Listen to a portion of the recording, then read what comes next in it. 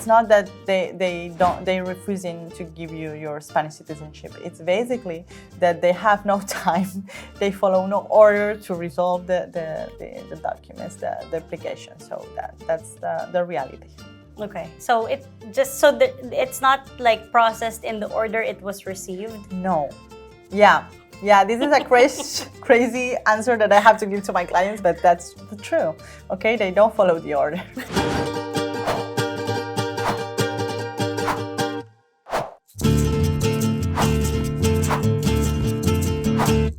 Hi guys, I'm Bea from Everything is Boffo, and today Paul is back behind the scenes because we're filming with a very special guest.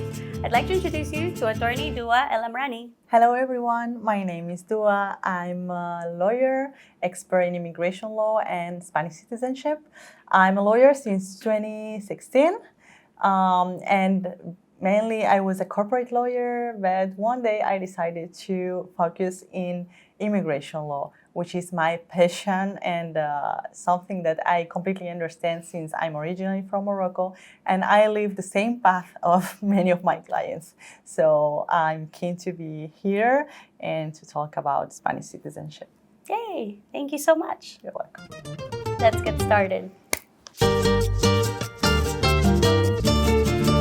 So today we're going to be talking about acquiring Spanish citizenship by residency. But before we jump into that, I think we'd love to talk about what are the ways that you can become a Spanish citizen, right? Sure. Yeah. The most important one is the nationality by residency that you get living in Spain legally during a period of time. Normally, and the general rule is 10 years. But if you are Ibero-American, or Filipino, from Portugal, or Andorra, or Guinea Equatorial, you can get it in 2 years. Okay. Of course, there is another option, that is if you are married to a Spanish one, you can get your Spanish citizenship in 1 year. Okay, it's not automatic. So another one is to get the nationality por carta de naturaleza. And this is an exceptional citizenship granted by the government by royal decree. This is not so frequent, and it's granted to maybe player footballers, for example. The other one is nacionalidad por posesión de Estado. And basically, it means that you use and you have been granted the Spanish nationality and you have been using it in good faith. But you are not Spanish, in fact. Let me give you an example because it's so strange, this case, okay? I had a client who was a child that was born here in Spain, and she was Bolivian. And then at that time, the law in Bolivia says that children that born out of Bolivia are not Bolivian. So she would be like a stateless person. Stateless person, yes. And in that case, in the civil registry, they gave her the Spanish nationality because of this case, okay? The thing is, the 30 years later, she went to Bolivia, and when she tried to renew her passport, because she was living there a year or something like this, the consul told her that she was not really Spanish because the Bolivian law was amended 2 days before she was registered in Spain. So at that time, she lost her nationality, and the way to solve that is to grant her the nationality because of good faith use. Yeah, because she was essentially Spanish all her life, she was right? using it. Yeah, that's it. Okay. And then we have a well-known way to acquire the Spanish nationality, which is called nacionalidad por opción. You opt for the Spanish nationality. So when that happens, there is a list of cases, but the most important ones are, the first one is you were subject to the parent authority of a Spanish. Let me translate that. Yes, please. Imagine your father was Filipino, and he got his Spanish nationality when you were minor. Okay. Then once he gets his Spanish nationality, you can opt for Spanish nationality and get directly the Spanish nationality. Then another case, for example, is when you are adopted by a Spanish person, and you are older than 18 years old. You can be adopted after 18 years old? Yeah, in Spain, yes. What? Exactly. It's very well known. I've done one last year, and it's beautiful. The criteria, yeah, I would love to. The criteria is quite fine, and these are extraordinary cases, but yeah, you can, sure. Wow. And you can opt for the Spanish nationality then. Okay, I see. You have 2 years to opt for that. And then the last one and the most well-known is the Ley de Memoria Democrática. When you fulfill this, you go through the process of nacionalidad por opción. Okay. Can you tell us a little bit more about the Ley de Memoria Democrática? I hear that a lot. Well, basically, people that lost her Spanish nationality because of the situation in Spain, the war situation in Spain, and the regime that they were living here in Spain. So basically, it's sought for nietos de españoles. This procedure is done entirely in person. It's not telematic, for example. This is important to know. And each consulate helps a lot about that. And I should say that at least in Filipinas, it's faster to get your Spanish nationality there before the consulate than here in Spain. Here in Spain, it could take a year.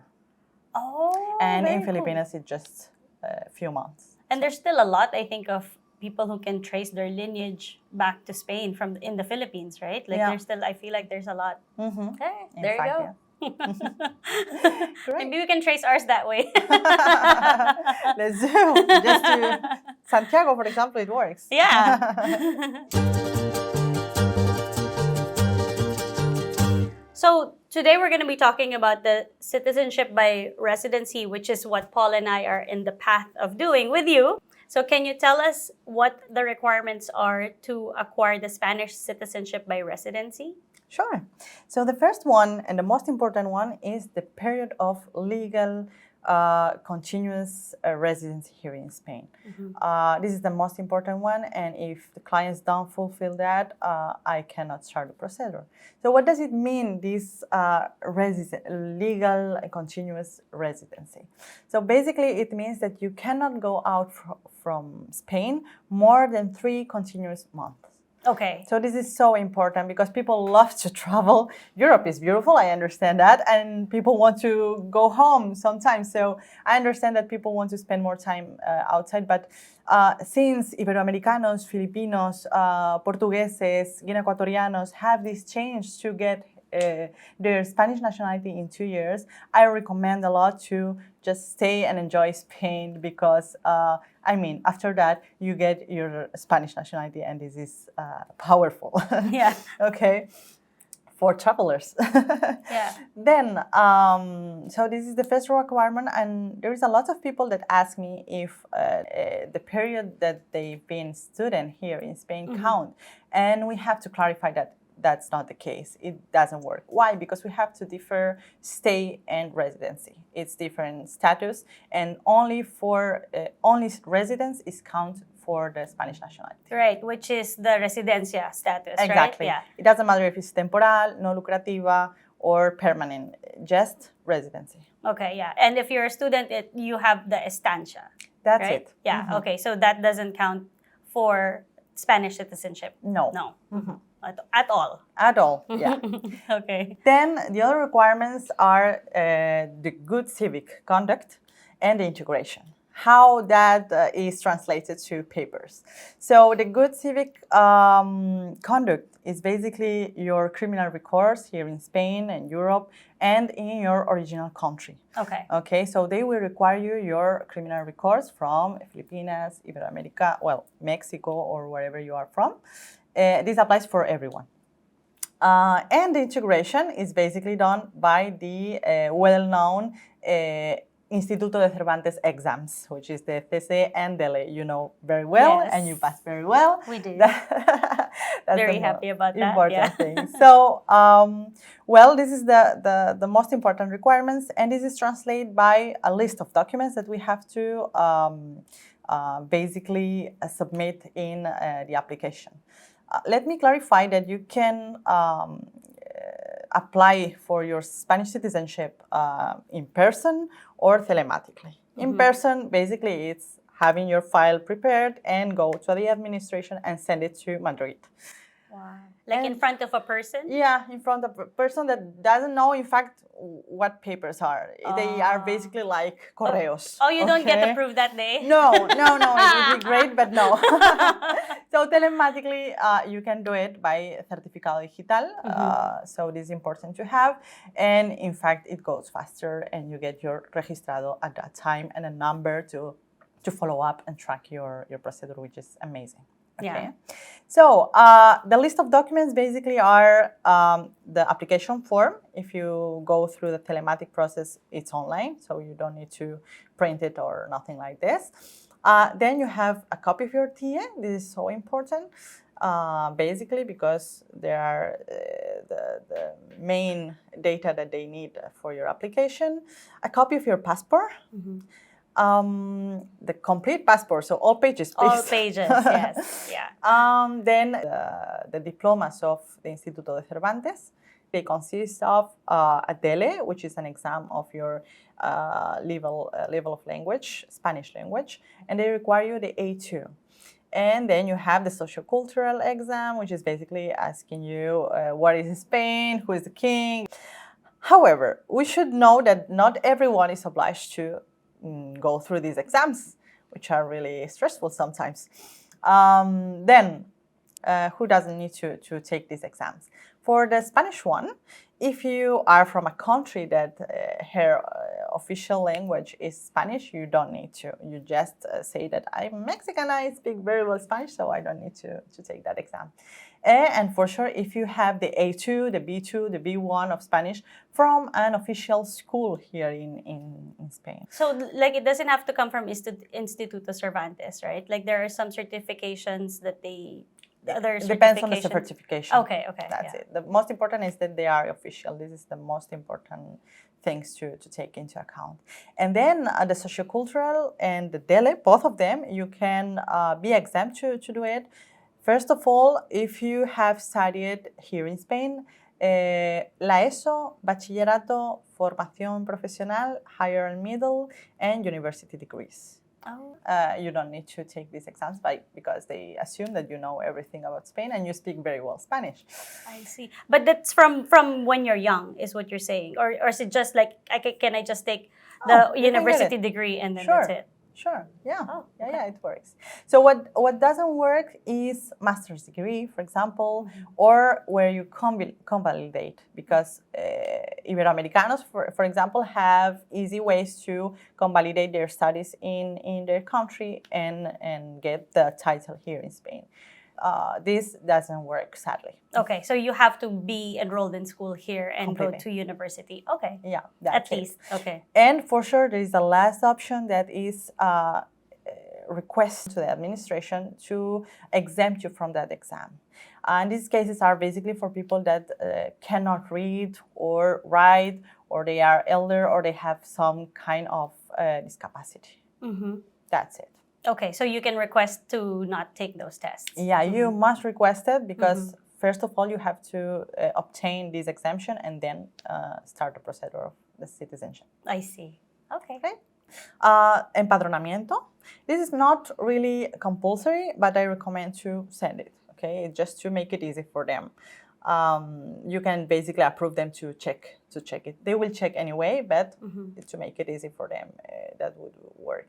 And for sure, and the most important, your birth certificate. Okay. All the documents coming from your country should be legalized or apostille, depends on your country, and sworn translate to Spanish. This is so important. Okay. Documents in another language are not accepted, so this is really important to take into account. And for sure, you have to pay the tasa, which is 104 euros, 0.5 cents. That must be paid, okay? And these more or less are the main documents that must be submitted to the application. If you tell me that you are married to a Spanish one, then you also have to add some other documents like the the marriage certificate, and the birth certificate of your husband, and convivencia, which is basically the document that states that you are living together in Spain. Yeah. Of course, each case is a case and we have to study it, okay? But this is the general document that will be required to everyone. Perfect. Yeah. And so it sounds fairly easy. If you stay in Spain for 2 years continuously, don't go over 3 months, submit all of the paperwork, get it apostilled, translated, pass the DELE and CCSE test, and don't commit any crimes. Please. Yeah, this is the most important Most one. important. Yeah, it seems that it's a joke, but in fact, if you drive your car without your car license, this is a crime here in Spain. So just take into account. Yeah. Okay. Perfect. So I know you get asked this a lot. What's the processing time once you hit submit on that application until you get your citizenship? I have to say that it's longer than it seems, and we must be prepared for it. So that's why it's important to have a good file and to prepare everything, because it's time consuming sometimes. So how it works, you submit your application, okay? Then you get the first step of the procedure, which is registrado abierto. That means that they have the papers. Then that's my case. That's your case. Yeah. I'm on phase 1. So the second step normally is registrado en trámite. And this means that they are starting to work on your papers. Hopefully it will be your case in some days. A few more days, yes. Yeah. And then the next step should be pendiente de solicitud de informes. That doesn't mean that you are required to do anything. It's basically that they are requiring all the information to the government in this country and in your country to know about your good civic conduct and your integration, okay? So they basically double check everything. Yeah, so they're checking that what you gave them is what's... That's it, and more. Yeah. Okay. And more. So sometimes there are things that you don't know and they know, so that's important. And for sure, the period of residency, the legal, they will be checking that. Okay. That's something I would like to talk about maybe later. Okay. Then the next step is pendiente de recibir informes. This means that they are basically waiting to receive all this information to check that everything is okay. Okay. And if everything is okay, they receive all the documents and the information, they put the step called en calificación. This is a really good point on your... place to be. Yeah, okay. Yeah, it is a good place to be. Sometimes it could be a month, take months or more. Yeah, it depends on the person. Now we will talk about the timing because it's crazy sometimes. But I mean, en calificación means that they have all the information, all the documents, and they will decide if they give you the Spanish nationality. And normally, and what happens all the time, at least in our cases, is that they finalize the procedure with the resuelto favorable concedido. Okay, this is the last step. Hopefully you will get it soon. And this is the main steps. So for sure, if you haven't submitted all the documents or there's something wrong with the documents or maybe they have doubts on something, they can require you. And then you will find a step requerido. Okay. And once they require you, they can change to pendiente de recibir documentación. What it means they are waiting you to send them the documents. They give you 3 months to do that. Okay, it seems long, but it's long also for your procedure. So it's so important to have your file well prepared and to be prepared for whatever and go fast. Because if you go fast, they go fast too. Okay. Okay. Yeah. Sounds great. The timing is interesting. It's an interesting question, and it's an important thing that I want to clarify all the time with my clients, which is Spain. Once you apply for your citizenship, you can wait 3 months or 2 years. I don't go over 2 years because 2 years is too much, and I've never found anyone at least now. Some years ago was like 6 years, so 6 years, okay? But now it's from 3 months to 2 years. Legally, it's 1 year. they have 1 year. After 1 year, we should understand that they estimate or the response is negative. But that's not true, because it's not that they're refusing to give you your Spanish citizenship. It's basically that they have no time, they follow no order to resolve the documents, the application. So that's the reality. Okay, so it's not like processed in the order it was received? No. Yeah, this is a crazy answer that I have to give to my clients, but that's the truth. Okay, they don't follow the order. So maybe you start first, but Paul get it first. Or the other way around. Or the other way around, for sure. Yeah. Okay, so 3 years? No, sorry, 3 months. No, 3 months. 3 months or 2 years, or somewhere in between. Yeah. Normally, it's something in between. Yeah. Okay, so patience is a virtue. In that time, it's so important to take into account that you have to renew your car residency, because people think that once applied, I forget my car residency, and no. Of course, law says that you have to be legally living in Spain before the application, but after the application, it's important too. Okay. So once we get the resolution, it's time to have a cita in the civil registry where we are living, to make the swear or promise of obedience to the Constitution and Spanish laws. Okay. This is so important. I mean, there are some civil registries that take a year to get the appointment. Yeah, this sometimes it's a problem, but you can do it through a public notary, for example, which is quite faster. And if it takes 1 year in the civil registry, for example, it doesn't matter since you have your appointment, okay? Because, you have to have sworn and promised in 6 months, but if there are no appointments, there are no appointments, so you have to wait, and that's all.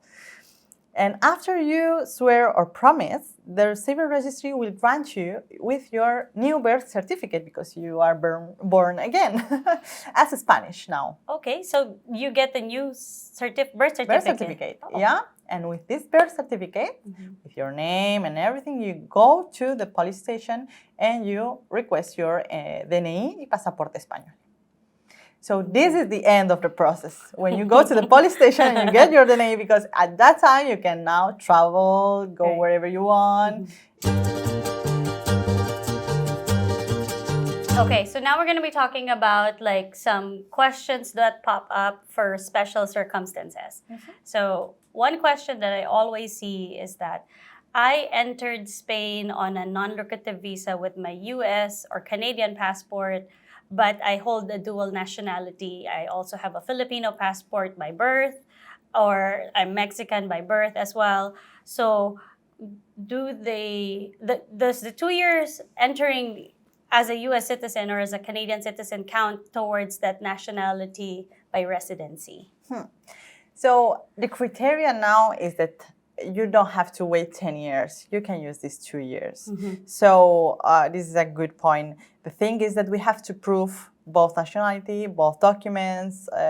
So all documents are basically duplicated. But yeah, it's possible. And it's a good and very good news, because comparing 10 years to 2 years, it's too much. Yeah. It's a big difference. Yeah, absolutely. So yes, the criteria right now is this one. Hopefully it will be maintained. Okay. So if you have dual nationality, you have to get background checks and birth certificates from both nationalities and submit? Yeah. Okay. I would recommend that. Yeah, it's too much.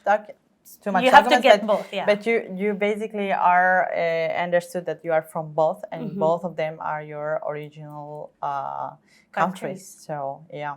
So you need FBI, and if Filipino, the NBI. Okay. That's it. Yeah. That's it. And then birth certificates on both parts. Yeah, because something interesting is that you are not required criminal records from the country you lived in, but the original one. I see. So like, for example, in my case, I was born in the Philippines. I lived in the US for 13 years. When I applied for my citizenship, I didn't have to provide the FBI, even though I lived there for 13 years, and I could have committed the crime, but I did not.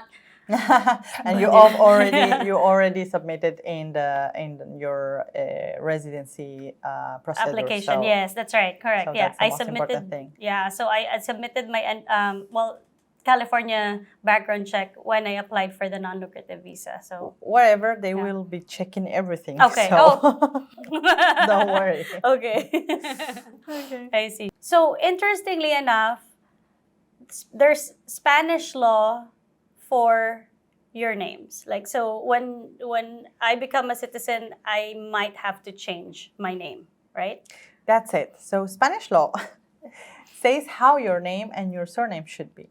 They require that your name cannot have more than one compound name or two simple names. Okay, so just two first names at the most. Mm-hmm. Okay. Then you have... I'm in trouble already. Then you have the surnames. The surnames in Spain must be your parents' ones. So you have to use your father ones and your mother ones. You can switch them, but should be these ones. Okay. So if you are married or you get married, you shouldn't change your surname to your husband's one. Mm-hmm. That's the normal here in Spain. That's it. Okay. However, foreigners can opt and can request to maintain their original surnames under the law of their countries, original countries. So this is an option. Meaning like staying with your married name. That's it. But the thing is, all the time you have to have two surnames. Okay.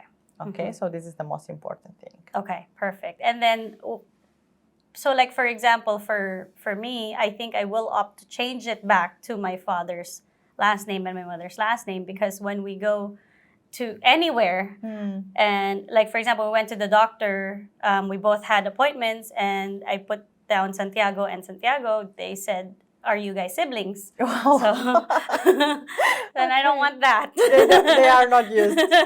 Definitely, they are not used to it. No. Okay, yeah. So, and then, but what if I don't want to change my last name, for example? What if I want to, I've been Santiago for a good 14 years at this point.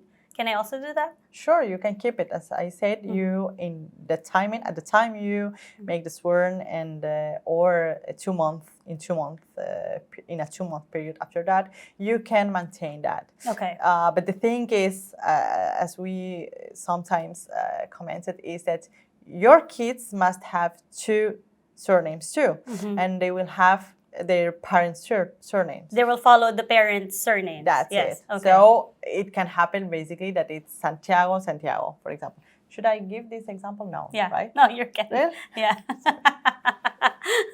If not, I can. You can. Sorry. Okay. It's okay because in Spain there are Garcia, so it's okay. But just take into account that they will have two Santiagos for example, in their last name. Happen. Okay. If I keep my married name. Okay. But you can switch it, for example. Everything must be explained to the civil registry, and let's see and find the good option. This is fun. Russian happens all the time too, so I see. it's a complex because case. they also have their name changes and stuff. Yeah. And it depends on the gender of the son and daughter. So yeah, it's really complex. Oh. And Spain takes this very seriously. So the names are very important in Spain. Yeah. Now talking about minor children. When you get your Spanish citizenship, you don't have the kids. That's the time that the kids have to apply, right? Like not with you, but after you, the minor kids. Normally, it's better, but it depends on the age of the minor. Because if we have 15 years old or 16 or 17, that's more complicated because they will get 18 and maybe you still have not received your positive resolution. So this must be studied, okay? But if you get your Spanish nationality and your kids are still minor, then it's good for them to go directly to the civil registry after you. Not start the procedure with you, but after you. So I'm thinking in kids they have less than 15 years old, for example, okay? Why? Because it's faster, it's easier, and it's free. It's not, you don't have to pay any tasa for them, for example. Basically, they go with what we called before, nacionalidad por opción. Yes, the one that you mentioned. Okay. That's it. Yeah. So this is a good tip to take into account. And they don't have to take the tests, nothing. Yeah, minors in general, they don't have to. They have to study. That's important. Because here in Spain, until 16 years old, you are obliged to go to the school. So this is so important because they will require them certificate proving that they are studying, for example. I see. Mm-hmm. So now that we've gone through all of the requirements for the citizenship by residency, tell us, why would someone need a lawyer now that you've given all the information for free and they can just submit this on their own? Which you can if you want to. But why do you think it's important? I mean, I know I have my reasons why we hired Douaa, but why, in your words, do you think it's important? What is your purpose when you're helping someone's application? So I think the clue is expertise. To have someone with expertise that can guide you and follow up and prepare a good file is something that not anyone can give you. So this is the first point. I'm a lawyer since 2016. I worked in immigration law all this time, helping people with different background, and each case is different, in fact. So in each case, we find different things that must be studied, must be tailor-made for them. And this makes a huge difference in your procedure and ensures something that it's so important for everyone, which is peace of mind. The law in Spain changes all the time. Not just the changes, but the interpretation that change. So to have this point with you is it's basically to make easiest the way, because you will have a solution for every problem that you can have in the procedure. So like for me, for example, for my name, you encountered a problem with like entering my name. So you had to write a letter and explain to them why my name is like that, right? For sure. To be in contact with the administration is not just to give them your papers. It's to explain them everything and make it smooth for them. Because if you explain it smooth to them, then and clarify everything, something that it should sound weird for them, makes for them all the work, in fact. And they basically find easy to resolve in a positive way your procedure. Right. Like, for example, like you didn't have to do that for Paul, but because I changed my maiden name and the way that Valencia is requesting that name change doesn't follow Spanish law, right? Yeah. So you had to do that for me. Yeah. In fact, you have a standard platform in online.